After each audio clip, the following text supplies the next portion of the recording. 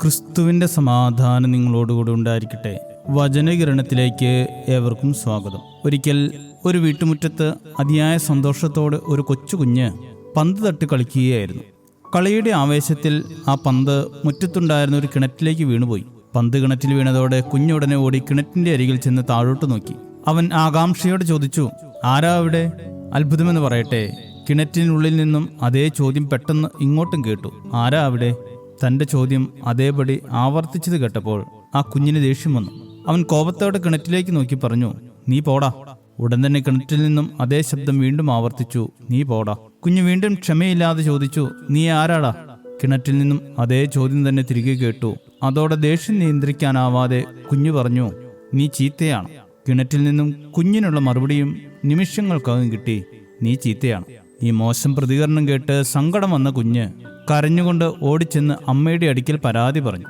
അമ്മേ, കിണറ്റിൽ നിന്നും ഒരാൾ ഞാൻ ചീത്തയാണെന്ന് പറഞ്ഞ് കളിയാക്കുന്നു. മകന്റെ നിഷ്കളങ്കമായ പരാതി കേട്ട അമ്മ ചിരിച്ചുകൊണ്ട് അവനെ അടുക്കൽ വിളിച്ചു. എന്നിട്ട് ചെവിയിൽ ഒരു രഹസ്യം പറയുന്നത് പോലെ ഉപദേശം നൽകി, നീ കിണറ്റിന്റെ അരികിൽ പോയി നീ നല്ലവനാണെന്ന് പറയും, അപ്പോൾ എല്ലാം ശരിയാകും. അമ്മയുടെ ഉപദേശം കേട്ട കുഞ്ഞ് ഒരു സംശയത്തോടെ വീണ്ടും കിണറ്റിന്റെ അരികിലേക്ക് ഓടിച്ചെന്നു.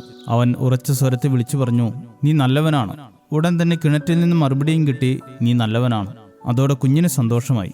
അന്ന് അതിൻ്റെ രഹസ്യം വ്യക്തമായി മനസ്സിലായില്ലെങ്കിലും അവൻ വളർന്നു വലുതായപ്പോൾ അത് തൻ്റെ പ്രതിധ്വനിയായിരുന്നു എന്ന് ആ കുഞ്ഞിന് തിരിച്ചറിയാനായിട്ട് സാധിച്ചു. ഈ പ്രതിധ്വനിയുടെ പാഠം കിണറ്റിൽ മാത്രമല്ല, നമ്മുടെ എല്ലാം ജീവിതത്തിലും കണ്ടെത്താൻ സാധിക്കും. നാം എങ്ങനെ മറ്റുള്ളവരോട് പെരുമാറുന്നുവോ അതുപോലെ തന്നെയായിരിക്കും മറ്റുള്ളവർ നമ്മോടും പെരുമാറുന്നത്. അതുകൊണ്ട് ജീവിതത്തിൽ നമുക്ക് നല്ല പ്രതികരണങ്ങൾ ലഭിക്കണമെങ്കിൽ മറ്റുള്ളവരോട് നമ്മൾ നല്ലതുപോലെ പെരുമാറാൻ പഠിക്കേണ്ടിയിരിക്കുന്നു. മനുഷ്യർ നിങ്ങൾക്ക് ചെയ്യണമെന്ന് നിങ്ങൾ ഇച്ഛിക്കുന്നത് പോലെ തന്നെ അവർക്കും ചെയ്യുവിനെന്ന ക്രിസ്തുവിൻ്റെ ഉപദേശം മറക്കാതിരിക്കുക. മറ്റുള്ളവർ നമ്മോട് മോശമായി പെരുമാറുന്നു, എന്നെ പരിഗണിക്കുന്നില്ല, സ്നേഹിക്കുന്നില്ല, ഇങ്ങനെ പരാതി പറയുന്നവർ തിരിച്ചെന്താണ് നൽകുന്നതെന്ന് ചിന്തിക്കേണ്ടിയിരിക്കുന്നു.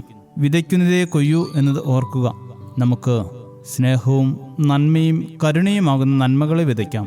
അപ്പോൾ നല്ലതിനെ കൊയ്യാനും നമുക്ക് സാധിക്കും. ശുഭദിനം നേരുന്നു. ദൈവം അനുഗ്രഹിക്കട്ടെ. വീഴാതെ തളരാതെ മുൻപോട്ടു പോകുവാൻ നിൻ കൃപയൊന്നു മാത്രം മതിയെനിക്ക്. വീഴാതെ തളരാതെ മുൻപോട്ടു പോകുവാൻ നിൻ കൃപയൊന്നു മാത്രം മതിയെനിക്ക്. കാഴ്ചയാലല്ല ഞാൻ വിശ്വാസത്താലത്രേ യേശുവിൻ മുഖം നോക്കി പോയിടുന്നു. കാഴ്ചയാലല്ല ഞാൻ വിശ്വാസത്താലത്രേ യേശുവിൻ മുഖം നോക്കി പോയിടുന്നു. നിൻഹിതം പോലെന്നെ മെനഞ്ഞിടുവാൻ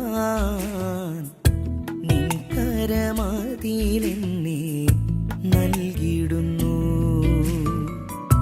വേദന ശോധന ഏറിയിടും നേരത്തിൽ വാടാതെ നിൽക്കുവാൻ കൃപ നൽകുക.